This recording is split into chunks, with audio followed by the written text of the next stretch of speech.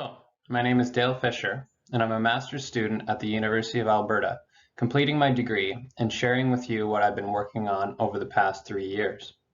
First, I would like to acknowledge that I'm located in Edmonton on Treaty 6 territory, the homeland and gathering place of many First Nations communities since time immemorial. I would also like to note that the archaeological sites that I'm sharing with you today are located on Treaty 7 territory in southeastern Alberta. I am sure that many of you are at least somewhat familiar with the phenomenal undertaking that communal bison hunting represents on the Great Plains. Here I'm going to tell you a little bit about a late pre-contact site that highlights some interesting aspects of these events in a particularly intriguing time period. The sites are located on Treaty 7 territory near the village of Dutchess, just south of the Red Deer River, where Highway 36 crosses. The Bison Kill happened in the valley of Matzhiwin Creek, a tributary of the Red Deer River. Most sites here were discovered by CRM archaeologists in 2011 during a historical resources impact assessment, preparing the right-of-way for electrical transmission lines. Since then, 3 University of Alberta field schools under the Institute of Prairie Archaeology, now known as the Institute of Prairie and Indigenous Archaeology, have taken place here, one in 2012, one in 2017, and the final one in 2019, which most of the findings I'll present are from.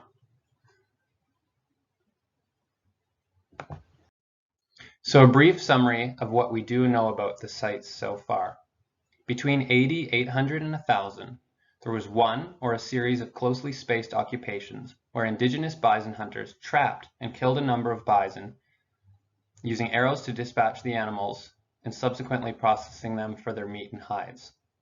There are a number of sites in the area, but there are 2 in particular that I will focus on today, EFOX 70 and EFOX 71. EFOX 70 is characterized by a bone bed and primary butchering area.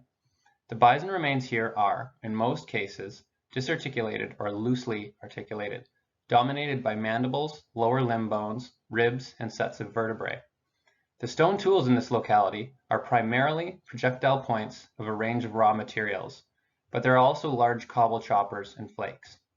Some ceramic sherds were also found within the 3 excavation units that we entered at EFOX 70.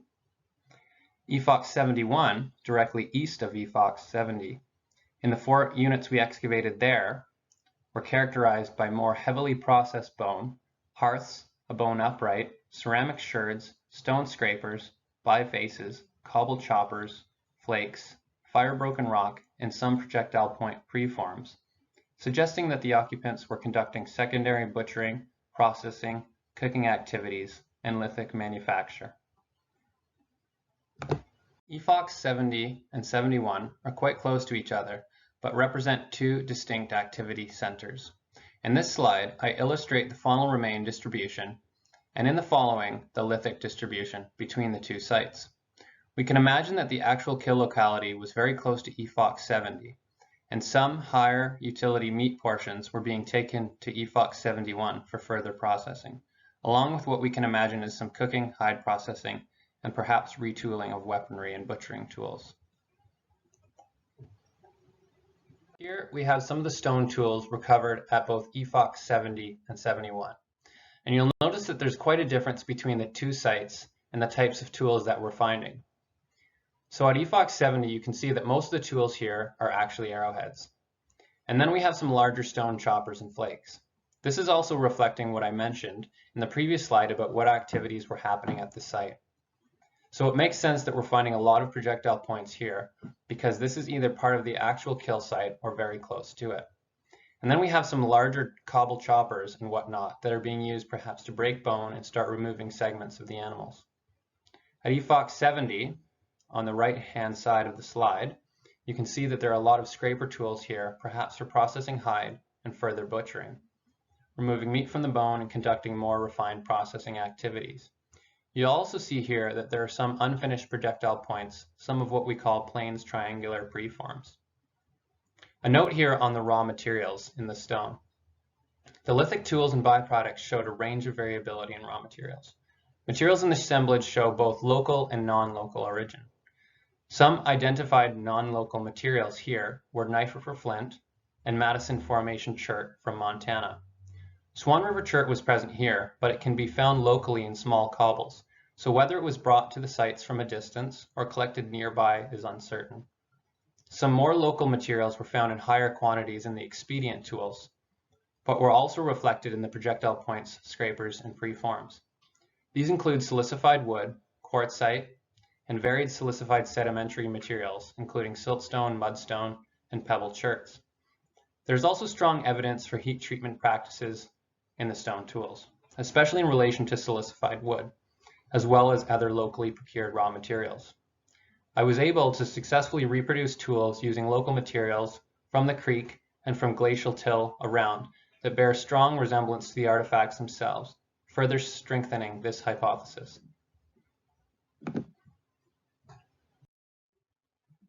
In this slide, you're looking at a glimpse of what it's like to excavate a Bison Kill. And the center of this photo is units 1 to 2 from EFOX 70, the bone bed. And if you look in the bottom of that trench there, you can see that there's bone all the way around. What I've done here is attempted to pull a little snapshot out of that bone bed, showing you some of the things that we're finding as we were excavating in those 2 units. You'll notice the photo at the top in the center is a very concentrated bone bed. And if you look at the photo just to the left of it, you can see some pretty poorly preserved bone. As we got deeper into this trench, we found that the bone was getting worse and worse in terms of preservation. Later analysis showed us that groundwater or flooding events started to seep minerals into the bone and degrading the bone in the lower levels. There are also a couple photos here of different projectile points found within the bone bed. Here, I've illustrated some of the radiocarbon dates from both EFOX 70 and 71. As well here are some dates from EFOX 77, another camp and processing site just to the west of EFOX 71 on the prairie level. Now this image here on the right is showing 24 dates expressing the most intensive occupation of the area within the 80-800 to 1,000 time interval. You'll notice that most of the dates are kind of hanging out between 80-900 and 1,000. And that is the time in which this is most likely happening. But you can also see that EFOX 70, the bone bed, there are a cluster of older dates, potentially showing multiple occupations. Unfortunately, the calibration curve, which you can see on the left-hand side here, is a plateau across a peak and trough point rather than at an oblique segment on the curve, giving us 2 probable points of occupation rather than 1. The stratigraphy in the bone bed is rather ambiguous here as well. Regardless, whether 1 or a few closely spaced occupations, we have another interesting phenomenon going on here. This time period is right when the Avonlea archaeological phase is transitioning into the Old Women's phase in this particular area of the Great Plains. The Avonlea phase was roughly between 1350 and 1100 years before present, and is characterized by these finely worked projectile points, paper thin and tightly controlled in their morphology. Avonlea points, beautiful triangular points with basal concavities, tightly notched, begin to phase out, replaced by Old Women's, also referred to as Cayley series projectile points. The Old Women's phase, roughly 1400 to 200 years before present, is characterized by projectile points remaining perfectly functional in the same way as Avonlea, but with much looser controls on the morphology. If you look at this image, I have a number of sites including EFOX 70 and 71, the Estuary Pound from Saskatchewan, and the Upper Kill and Empress sites of Alberta. These sites all fall within this transitional time frame. So in this image, I've put together some of the projectile points that came from these sites. If you look at the bottom of the image, you have more Avonlea type points, and then as you're moving up, you're observing more Old Women's, or what we call Cayley series projectile points. In particular, the EFOX 70 and estuary points are also showing their general stratigraphic relationships. And what we see is more typical Avonlea at the bottom, gradually changing into Old Women's or Cayley series points as you move towards the top. There's definitely some sort of transition in the morphology of the projectile points moving up through here. This is where I get really excited, because not a lot of time is transpiring here, yet the morphological changes in projectile points are quite obvious. This is a material culture change that begs the question why. But more than that, it makes one wonder what is happening socioculturally behind this change. Of course, we can only speculate at this time, but the other intriguing element here is that the Old Women's archaeological phase is continually developing a more robust relationship with modern Blackfoot identity. In this slide, I have two images with oblique views of the site. This top photo, we're looking southeast from EFOX 77, another camp and processing area that I mentioned earlier and one that we excavated in 2017.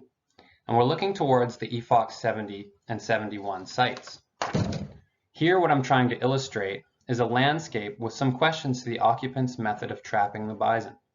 The bottom image here, we're looking north from EFOX 70. Now that area to the very left of this bottom photo, up on the prairie, that's EFOX 77. And you'll notice there's a gradual slope, which I'll talk about in a moment here. Going back to the top photo, just some hypotheses about how the bison were potentially gathered and brought to the site. One idea is that they were gathered on the prairie level to the south of EFOX 70, and as these arrows illustrate, the bison could have been driven over this embankment. That is one possible scenario. Now we need to do some testing of the embankment to find out if this was the case or not. But the sediment is so deep there that we'd need a backhoe or something to test that out. Another scenario is perhaps that the bison were already in the creek valley and pushed towards the kill site somewhere around EFOX 70. The slope by EFOX 77, which you can see on the bottom photo, also acts as the only gradual descent into the creek valley in the vicinity. You can see as these arrows illustrate here on the bottom. And this could have acted as an opportunity for hunters to drive bison into a trap from the prairie to the northwest. A jump, a pound, or a corral could be the scenario here, but further testing will need to be done to find out for sure. Okay, so I've shared a number of findings related to the bison kill at Matzhiwin Creek. There are other things I've explored here as well, including bison herd composition and seasonality based on the tooth eruption and the mandibles. Also, the presence of non-local or exotic raw stone materials also provides some interesting elements that relate to mobility or trade, as some sources, like that of Knife River Flint or Madison Formation Chert, are procured from over 1,000 kilometers away from the sites. The most important thing here, however, is that of the people. First Nations ancestors were here, hunting bison, surviving and thriving on the Great Plains. They were phenomenally adept hunter-gatherer communities that had a relationship with the land and the bison. These relationships has been fragmented by the effects of colonialism. Just a little time spent at these sites in the surrounding areas causes the observer an incredible appreciation of the First Nations communities and their skill set. So obvious in such cases. Today, many of the descendant communities have been disconnected from the land and their archaeological heritage. I would love to see more reconnection, further involvement, and direction by descendant communities at sites just like this. As much as we can do as archaeologists will only be enhanced by having descendant communities share their knowledge and direction further in the research in these areas. So again, I acknowledge that this land that I am on is of that of Treaty 6 peoples, and the land that I've been working on, that of Treaty 7. So I thank descendant communities for allowing me to learn more about their incredible heritage, and I'm excited to see where this goes in the future. I would also like to thank Dr. John W. Ives and Dr. Keisha Supernant and all the other support I've received during my work here. Also, thank you to the CAA committee and their work on this virtual conference. Thank you. Goodbye.